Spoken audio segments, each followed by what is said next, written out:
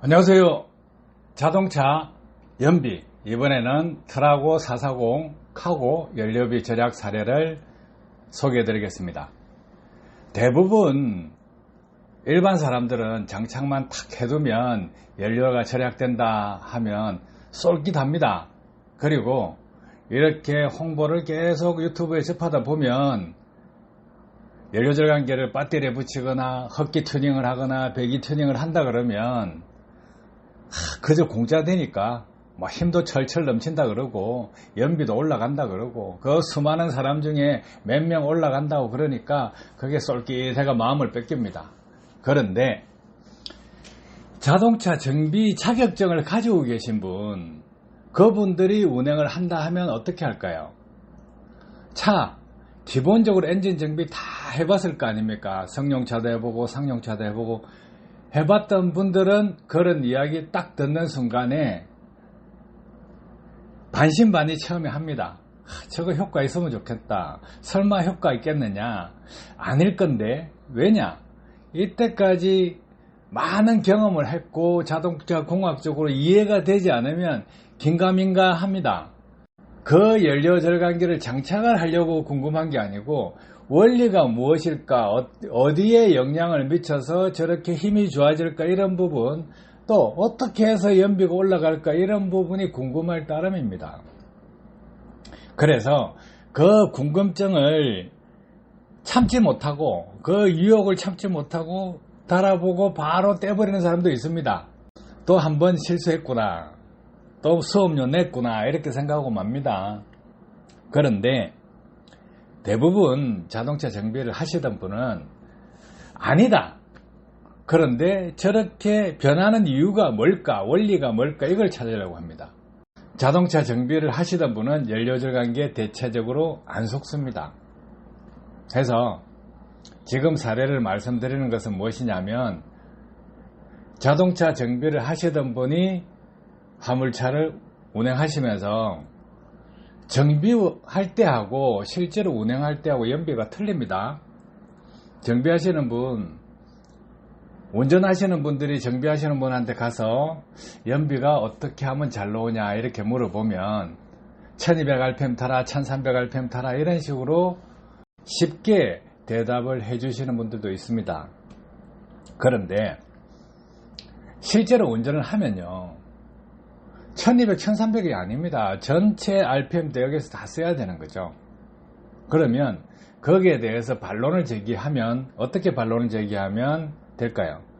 그러면 자, 상용차가 차종에 따라서 공회전을 500 주는 것도 있고 525, 550, 575, 600 이렇게 주지 않습니까? 상용차. 그리고 RPM 대역을 조절할 수가 있죠. 과거에 커뮤니스 엔진은 그냥 조절하는 게 없었습니다. 600rpm 통일이었습니다. 공회전이. 그 뒤에 현대차는 rpm을 25rpm 단계로 떨어뜨리는 걸 적용시켜 놨습니다. 그리고 초창기에 분사 방식도 틀렸습니다.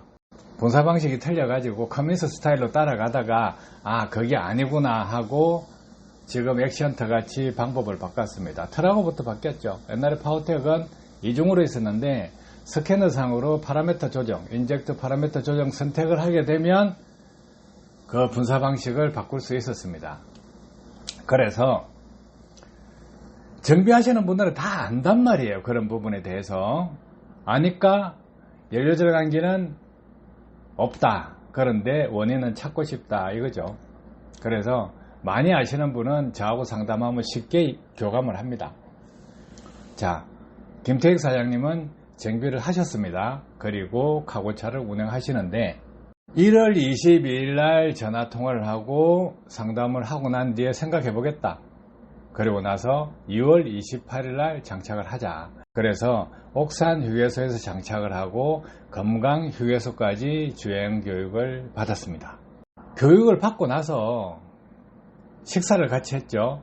하면서 디시백 많이 팔아야 한다. 힘들더라도 많이 팔아서 운전자분들이 기름값을 아껴서 운행을 하면 큰 도움이 될 것이니 힘들어도 많이 팔아라 하고 격려해 줬습니다.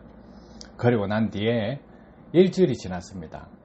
일주일이 지나서 연락이 오셨는데 한 번 운행할 때 30에서 40리터는 절약하신다고 연락을 주셨습니다. 자, 불과 일주일 만입니다. 일주일 만에 한 번 운행에 30, 40. 그러면 한 달 지나면 40은 그냥 고정으로 가버리는 거죠. 그럼 40, 50까지 올라간다는 거예요. 무슨 차일까요? 그동안에 알지 못했던 거 안다는 거죠. 그리고 들하고 440 자기 차에 맞게끔 운전을 어떻게 해야 된다, 이것도 배운다는 거죠.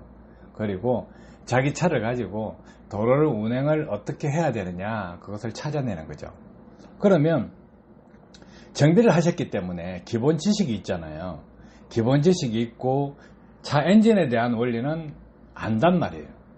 그러니까 효율 높게 운전하는 방법을 가르쳐 드리면 그 방법대로 할 수밖에 없어요.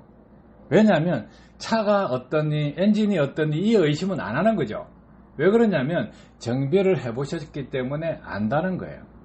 그러면 차 쪽에 문제를 두는 것이 아니고 내 운전 방법에 대해서 문제를 찾고 그 문제를 해결하기 위해서 집중을 할 수 있다는 거예요. 그렇기 때문에 연비가 바로 올라가는 것입니다. 아시겠죠? 이것은 지식을 배우고 자기가 그 지식을 활용하는 것입니다. 그래서 많이 아시는 분들이 접근하면 쉽게 빠르게 올라가고, 잘 모르시는 분들이 접근을 하면 배우는 시간, 그 시간이 좀 더 걸릴 뿐이에요.